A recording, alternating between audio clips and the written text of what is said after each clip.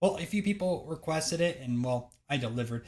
Today, we're going to be taking a look at the top 30 vintage football card sales for the month of March. Plan on making these every single month, and it'll be interesting to see which cards and players continue to make the list month over month, although I have my own personal beliefs on that. This list for March, we had a few different registries cards go up for sale. We're talking about PSA 10s from 1970s. So some of these might be only pop one or pop two, and people definitely paid a high premium. But we also see some very iconic rookie cards that typically sell your LOAs, your Dan Marinos, your Joe Montanas, Jim Browns, things like that. So we'll be taking a look at this list. The bottom threshold is about $3,000, but we go all the way up through five figures. All right, let's start it. Our first card this week ends up slightly under $3,000, $2,795. Full buy it now price on this Gale Sayers rookie card in a PSA 8. A little bit of a generous grade with this older label. Let's take a look at the back. Actually, not too much shipping on this side of things. But I don't think this one would get an 8 today if it was graded. Up next, we have a 1957 Bart Starr PSA 7 brand new label. A little bit of centering issues on this one, obviously left to right, but it does have some pretty good sharp corners on this one. One of the few rookie cards in the 1957 class that go for a decent amount of change. Take a look at this a little bit closer. Dual images and a trio of great Packers quarterbacks. 1974 Frank Pitts. I'm actually not too familiar with who this is. This sold as an auction, 18 bids, $3,225. Odds are this probably goes into a registry, especially for it being a pop one, but very high sale. Another 1974 in a PSA 10 sold by B Dodge Cards. So he must have sold a bunch of 74s high grade. He broke up a registry or just had them in his collection. 33.45 on this Walter Johnson. No, not the baseball player. This is a football player. And another PSA 10, 34.45, Milt Morin. Straight into the registry. Congrats, whoever just upgraded their 9s into 10s for those three cards. $3,500, 1986 Jerry Rice, PSA 9. Now, great looking example. I mean, based off of the copies that I've seen out there, this looks like it's pack fresh. Beautiful copy. And it did get a PWCC top 15% eye appeal sticker on this one as well. Clean back. And I want to say normal 9s go for a little bit cheaper, but this has some pretty good eye appeal towards it. And this is a new label too, so someone probably paid up for that. 35.18. Dan Marino, PSA 10, 22 bids, sold by Chris C923. Take a look at this here. I don't know how tough an 84 Marino or LOA is to get in a 10. I would assume it is pretty hard. A lot of these have like horrible centering issues. And it's hard to tell with the angle of this picture how the centering is for sure. But got the 10. Some of these over here, let's see. Can't tell if that's a print dot or not. Or if all cards have that as well. But 10 for Dan the Man. 35.50, another 1974 B Dodge cards. I'd take a look at what some of his other stuff sold for. Possibly may have missed some stuff for this first round of this football episode, but I'm going to make the results better every single month. I can promise you guys that. And just let me know if I do miss anything. $3,800, 1972, Ernie Kellerman. Again, someone I'm not too familiar with. Probably hard to just gem these. So by 4 sharp corners. Jumping into the $4,000 range. Second most popular card from this 1965 set, although this is a short print. I don't know if other card is, and we'll go through that other card a little bit later in this list. I assume that one will make the top 30 every month. A little bit of a pixelated picture, so I can't really comment too much on the condition side of things. And with how SGC certs are, you don't know if a card was older or newer, just based off their certification system, minus if it's still at an old sub, so you don't know that for sure on the new ones. I guess you could look it up and see when it got graded, but I will not be doing it. $4,400 on this Jim Brown 4.5 with a Beckett 8 autograph. Now the autograph does go off the card, and you can see like there's a little bit of an issue with it, but like the centering of the card isn't too bad for a 58, and you can't get a Jim Brown anymore. Now, unfortunately, it does have this Fanatics authentic sticker on it, which I'm not too fan of, like the stickers on the card. Um, Not a bad copy of this Jim Brown though. I mean, it looks fairly clean.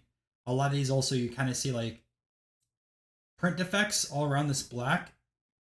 But it's pretty good on this card, to be honest with you.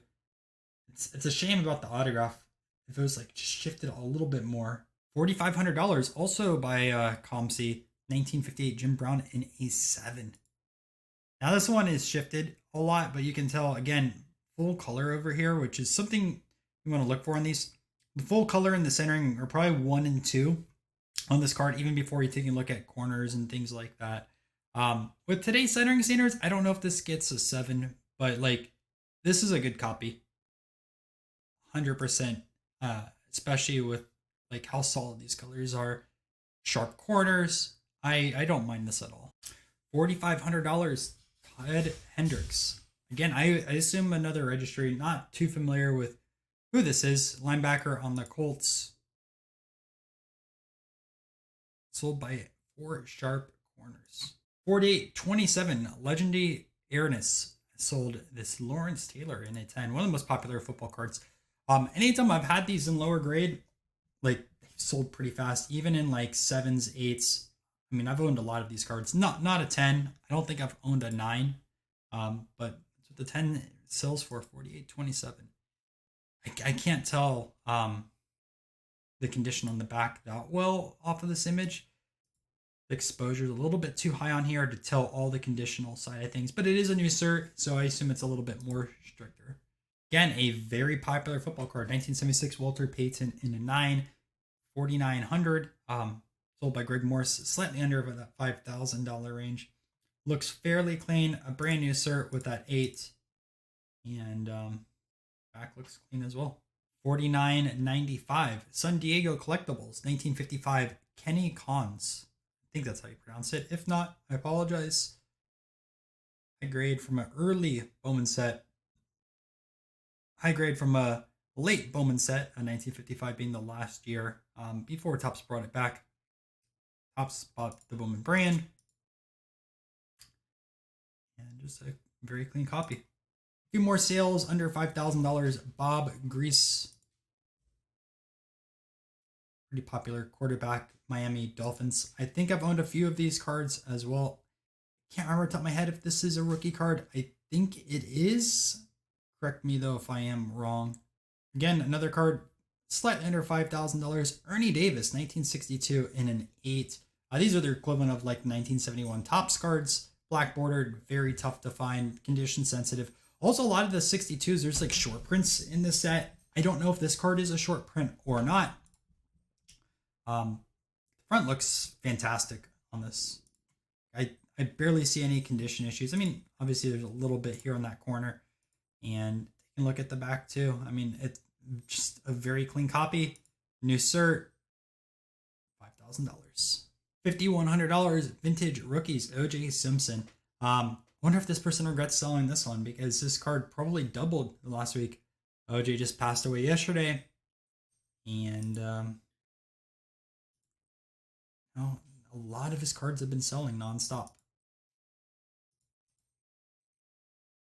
Another tough card to find decent in centering wise. $52.50 was the final price. Almost dual 10s. 9 on the card. 10 autograph for this Joe Montana rookie card from 1981. Clean autograph right there in the center. Starting to move up there in price a little bit. $59.56. I don't know if you can get these reslabbed through SGC. This was at the original company before SGC took over. If you can, someone probably got a pretty good deal on this. Being what? It's a 7.5 or a 7. I can't remember. But you can see sports card guarantee over here. And they have a verification on the website, so you probably can get this reslabbed. Which, honestly, taking a look at this card, if I was a seller, I would have gotten this reslabbed beforehand, because some people are afraid of these old labels. And you put the brand new SGC label on here, I think you would have gotten a little bit more. And it's like, what, $15-$20 to get it reslabbed? And I think that's a miss from the seller. But congrats to the buyer. You probably did pretty well, without even really looking up any comps. $6,300, 1948, or it's 49. I can't remember. I think actually there's 2 years for football. Like, it's distinct 48, and then there's 49s with these, and they're separate on the pop reports. Compared to baseball, which lists them as 48s and should be 49s. Multiple different colored backgrounds. This one is mentioned as a yellow background, which I don't know the scarcity behind some of the backgrounds and how expensive there are. But there's so many variants in the football side of things. I guess I'll learn these over time and consider one of the greatest college centers of all time. There's a ton of Hall of Famers and popular players within the football release on here. Dual 1010 Joe Montana. This one sold for $6,500, which outsold the rookie, but the rookie was a 910. Someone paid just to get that extra bump on a second-year card. But I actually don't mind the second-year Joe Montana card. It looks pretty good. $68.99, 1986 Joe Montana in a PSA 10. We've talked about how tough these 86s are to get in that 10 grade. And someone definitely is paying up for that one. Whether Joe Montana super collector or 86 registry set, someone's probably very happy they were able to acquire this. Can't tell though if that's like a printout or not, but still, that's the only thing that's taking it down. Very clean copy just from at least outside. Again, it's kind of pixelated, so I can't do a full analysis on the condition. 7200 Mike Ditka rookie card, PSA 8. That's not an 8 today, sorry. Like, we saw the other 62-8 and how nice that was. Like, look at that corner over there. There's some condition issues right across. I don't like this 8. And again, old cert, people argue grading standards have never changed. This is another prime example of that. That's, I mean, even look over there. It looks like, I mean, no wrong, it's a good card. And I'm not trashing the card. I'm trashing the grade, because this would not be an 8 today. 7250 John Elway outsold the Dan Marino. I can't remember what Dan Marino did on this list. Was it like 4,000 or 5,000? Way better picture though on this Elway in comparison. Looks like a little bit of a diagonal cut top, but centering overall is pretty good. Yeah, you can see the diagonal cut even more here on the back. Unless it's shifted in the case, but I think it's a diagonal. $9,000 for this Jim Brown, 1959 in a PSA 9. If you guys have watched the channel, you know I do the auction recaps with Matt. I was with Matt at the show. I think he bought a 8.5 or an 8 on this Jim Brown. I think it was an 8.5. I definitely got to forward him this 9 sale for 9K. Seems very high, but I could be off. Another 9K. Hall of Famer over here, I'm pretty sure. I own a few of his cards. Might have even owned this one specifically, Eagles rookie card. And very minimal condition issues on the back, where we saw earlier with the Jim Brown, like a lot of stuff showed on the back. And very, very clean copy. I don't know how many are in 9 grades. This is none higher. Probably very few. And lastly, 1963 Brown, 8.5, $10,400. Very condition sensitive. Again, I've said that a lot in this video, but a lot of these older sets are, especially with these colored borders. And there's a few big rookie cards in this 1963 class. So assume when some higher grade ones sell on eBay, we will be covering these in videos. I always do like these backs though. Maybe I'm the only one, but they're interesting to see in person. Do like all the close-ups. I mean, if you're selling a card for $10,000, like, I really appreciate these close-ups. So major props to the card farm for these pictures. So a lot of people won't do that. That's what I like to see. All right, let's take a look at some honorable mentions. Paul Warfield rookie, PSA 9, $2,200 by Philadelphia. These are a little bit easier to find in better shape. $2,200, an 8 on the Bart Star. And look, is this the perfect 8? No, but still way better than that Ditka 8 that I saw earlier. I can't believe that one got an 8. Just even with the old cert, that was terrible overgrade. $2,700, 83. Joe Namath, PSA 10, number 343. Not his main card in the set. Franco Harris rookie card, 2,400 sold by Vintage Rookies and a PSA 9. Very popular player from the Steelers and also a Hall. $2,100 for the starter set, 1957 Topps PSA lot set, 150 out of 154. I wonder if we're just missing the bigger rookie cards on here, like Star, Unitas, Lane. I'd assume so. Missing cards are there, but didn't tell you which ones. Probably not a bad way to start the set, right? Actually, I think this is pretty affordable. Because, like, if you price this out, I mean, it's less than $20 a card, which, yeah, this was probably a pretty good buy. I don't know what the commons go for, but I know on the baseball side it would go for a lot more. $2,500 for a 65 Philadelphia complete set with 55 graded cards. You have the Brown in a 7 too, which is nice. Unitas in a 7, Tarkington in an 8. Not too familiar with Mitchell. Go through some of these, but a lot of Hall of Famers. I mean, these are in good shape as well, but these are kind of easier to find. $5,500 for 66 Philadelphia, but this has a Gil Sayers in an 8, Butkus in a 7, Hayes in a 7, and Ditka in a 7. And I'll just quickly go through some of these over there. And we're going to end this video on an uncut sheet, 1966 Philadelphia, 2 Gil Sayers and 1 Dick Butkus. You don't see uncut sheets all the time selling on eBay. And check that out. That's pretty sweet. So hope you guys enjoyed this video. If I missed any top seals, let me know so I can do a better job next month. And if you guys have anything to sell, hit me up in my email. All right, see you.